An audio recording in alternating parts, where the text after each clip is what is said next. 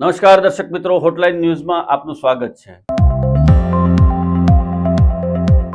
ઘણા લાંબા સમય પછી હવે માર્ચ એન્ડિંગ નજીક આવી રહ્યું છે ત્યારે સુરત શહેરની અંદર ડીડીઆઈ વિંગે એટલે કે ઇન્કમ ટેક્સની ડીડીઆઈ વિંગ દ્વારા દરોડાની કાર્યવાહી શરૂ કરવામાં આવી છે।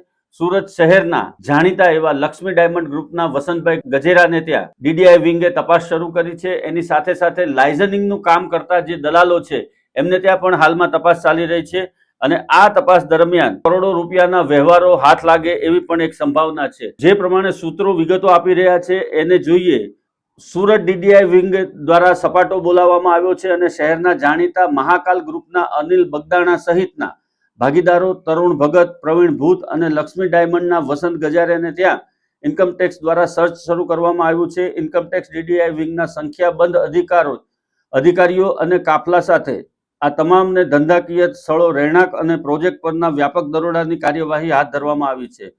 ઇન્કમટેક્સના સર્ચને પગલે શહેરના અન્ય ઉદ્યોગ જૂથોમાં ફફડાટ ફેલાઈ જવા પામ્યો છે। મહાકાલ ગ્રુપના અનિલ બગદાણા પણ લાઇઝનિંગનું કામ કરે છે, ઉપરાંત વિવિધ ડેવલપર ગ્રુપમાં મોટા પાયે નાણાંનું રોકાણ પણ કરે છે। અનિલ બગદાણા ઉપરાંત વસંત ગજેરા આ બધી જ મોટી માછલીઓ છે અને હવે એ ડીડીઆઈ વિંગની રડારમાં આવ્યા છે। એમને ત્યાંથી સંખ્યાબંધ દસ્તાવેજો પણ જપ્ત કરવાની કાર્યવાહી કરવામાં આવી રહી છે। આ ઉપરાંત તેમના મોબાઈલ ફોન, એમની ઓફિસીસના લેપટોપ, એમને જે અન્ય અસ્કયામતો છે, એમના જે પ્રોજેક્ટ ચાલે છે એ તમામ સ્થળો પર હાલમાં તપાસ ચાલી રહી છે અને સાંજ સુધીમાં આ દરોડા પાછળનું કારણ શું છે અને એમાં કેટલી વિગતો ઇન્કમટેક્સ વિભાગને હાથ લાગી છે એ તમામ વિગતો 1 થી 2 દિવસની અંદર સત્તાવાર રીતે ઇન્કમટેક્સ વિભાગ દ્વારા જાહેર કરવામાં આવશે। ધન્યવાદ।